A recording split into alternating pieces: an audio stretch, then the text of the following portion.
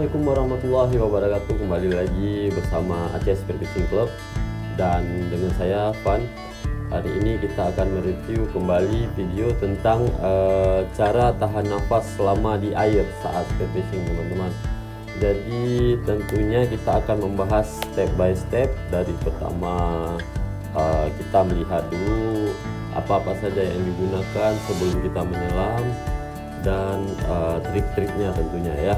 Baik, kita akan kembali membahas bagaimana cara tahan nafas agar lebih lama di dalam air saat spearfishing.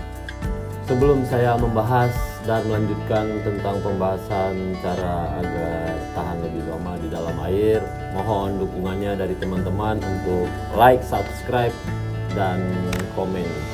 Jangan lupa share juga video-videonya, mungkin videonya lebih berbagi ilmu kepada teman-teman lainnya. Ayo dukung terus kami agar channel kami berkembang dan bisa share lebih banyak video yang lebih berguna lagi, teman-teman. Bagian yang pertama yaitu jir. Nah, jir itu sangat membantu kita agar kita lebih rileks dan nyaman saat menggunakannya, teman-teman. Jadi jir itu bisa dibilang untuk dibilang tambahan untuk menahan nafas yang lebih lama lagi, teman-teman. Nah, di sini jirnya saya menggunakan, kalau masker itu seperti Saltimar Noah. Jadi Saltimar Noah ini dikenal sebagai super low volume. Dia volumenya sangat kecil, teman-teman, sehingga membuat kalau di kedalaman air itu kita merasa nyaman, karetnya pun lembut, dan dia tidak perlu equalize. Nah, setiap ruang yang berada di dalam badan kita itu memiliki volume udara, teman-teman. Jadi setiap volume udara yang terkena oleh tekanan air, dia bakalan minta equalize. Nah, salah satu contohnya seperti masker. Masker kalau udah terlalu dalam di sekitar 15 meter atau 10 meter, itu maskernya sudah mulai minta equalize, teman-teman. Makanya saya pilih yang low volume. Sangat disarankan masker untuk spearfishing itu yang low volume, teman-teman. Selain masker, kita juga menggunakan snorkel, teman-teman. Snorkel untuk spearfishing itu yang simple dan tidak terlalu panjang, tidak mempunyai katup untuk pembuangan air. Sebab kalau kita buang nafas itu terkadang airnya masuk ke dalam, teman-teman. Jadi gunakan yang single hole. Jadi kalau single hole itu nyaman, setiap kita tiup udaranya akan terbuang habis. Mudah menggunakannya dan kita menghirup udaranya langsung dari oksigen di atas permukaan, teman-teman. Gunakan snorkel yang agak lembut dan nyaman saat kita gigit, teman-teman. Bukan digigit ya, sebenarnya dimasukkan ke mulut sela-sela. Nah, ada lagi tuh yang harus diperhatikan, contohnya seperti fin. Fin itu gunanya untuk mendayung, teman-teman. Jadi kalau kita keeping ke bawah, nah dia akan terasa lebih ringan. Makanya sangat diharuskan memilih fin yang soft dan tidak terlalu berat untuk kita kicking. Jadi salah satu faktornya adalah ketika kita bergerak itu kita menggunakan oksigen di setiap otot-otot. Nah, ketika kita masuk kicking ke bawah, itu usahakan kakinya lebih santai, rileks, tidak terlalu bertenaga. Itu sangat membantu untuk mengurangkan penggunaan oksigen, teman-teman. Jadi kita memerlukan banyak oksigen saat kita menahan nafas di bawah saat terkena tekanan. Maka disarankan pakai fin. Ini ada contohnya, saya ambilkan sebentar. Nah, kalau fin saya menggunakan fin karbon, teman-teman. Jadi fin karbon ini memang terkenal harganya yang sangat luar biasa mahal, tapi kita memakai produk nasional, teman-teman. Jadi di daerah saya kebetulan ada teman yang pandai membuat fin karbon ini dan sudah sukses, yaitu saudara Rida dia memproduksikan finnya. Itu finnya kisaran 3 juta sampai 3 juta lebih ya untuk blade-nya saja teman-teman. Jadi blade-nya ini sudah lentur sekali, sudah nikmat sekali kita memakainya, sehingga sangat membantu untuk kita kicking saat ke bawah dan finning melawan arus teman-teman. Jadi ukurannya juga bisa dipilih, itu hard, soft, dan medium teman-teman. Tergantung dari berat badannya kita. Kalau saya menggunakan yang soft. Kenapa soft? Karena badan saya ringan, itu penggunaannya harus yang ringan juga teman-teman, harus sesuai. Jadi setiap kelasnya harus menyesuaikan dengan berat badan kita masing-masing teman-teman. Nah ini udah sangat tahan sekali teman-teman.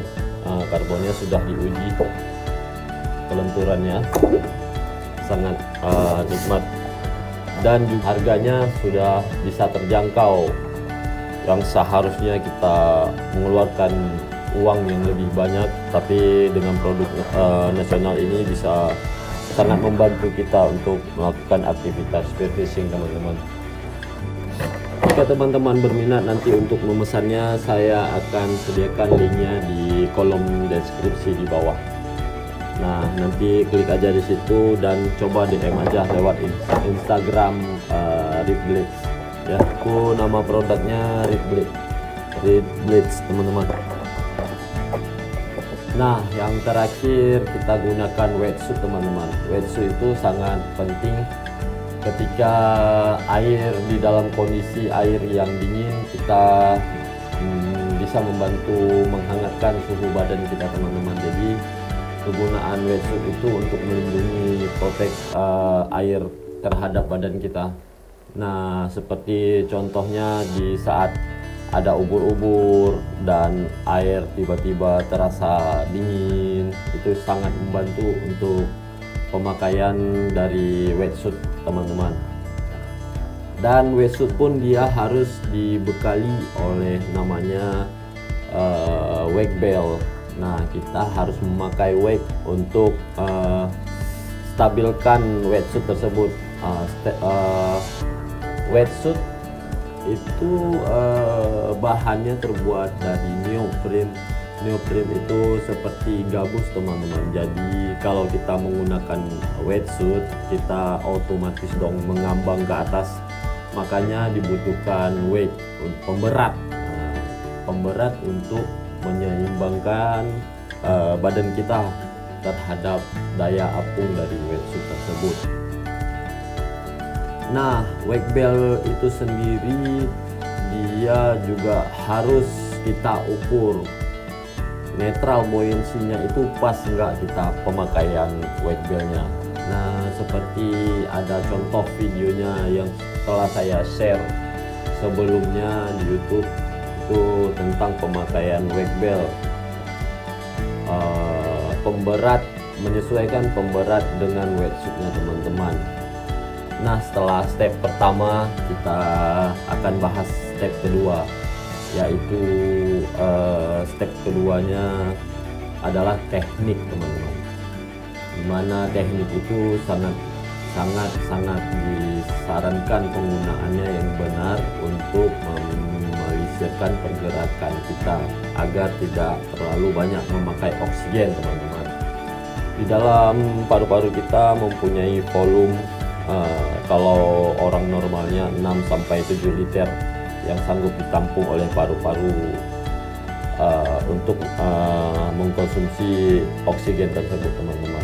Maka sangat disarankan membutuhkan teknik yang tepat agar kita lebih santai, relax untuk spearfishing.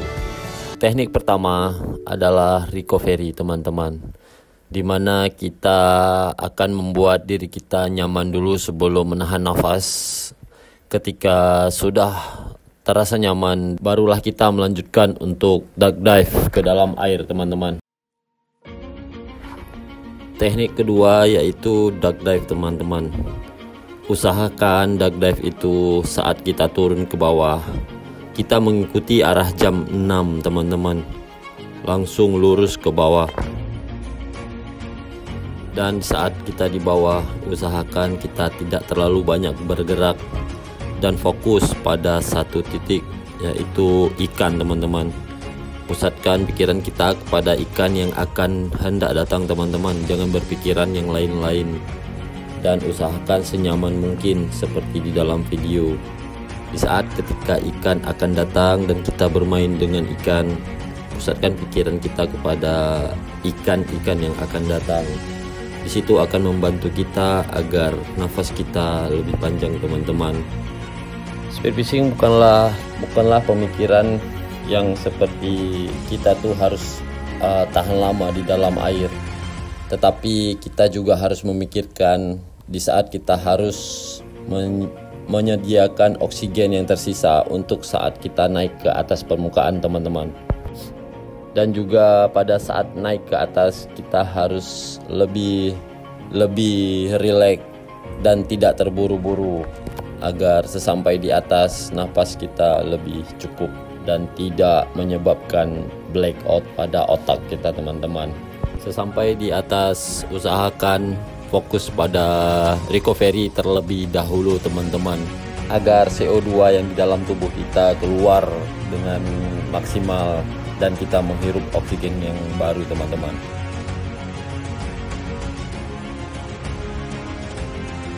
Dari pembahasan saya tadi di video yang kita tonton tadi, teman-teman bisa terapkan spearfishing di pinggiran maupun di menggunakan boat yang di tengah laut teman-teman.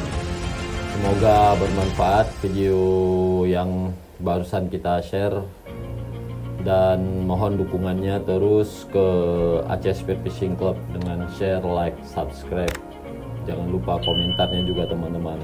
Terima kasih telah menonton. Assalamualaikum warahmatullahi wabarakatuh.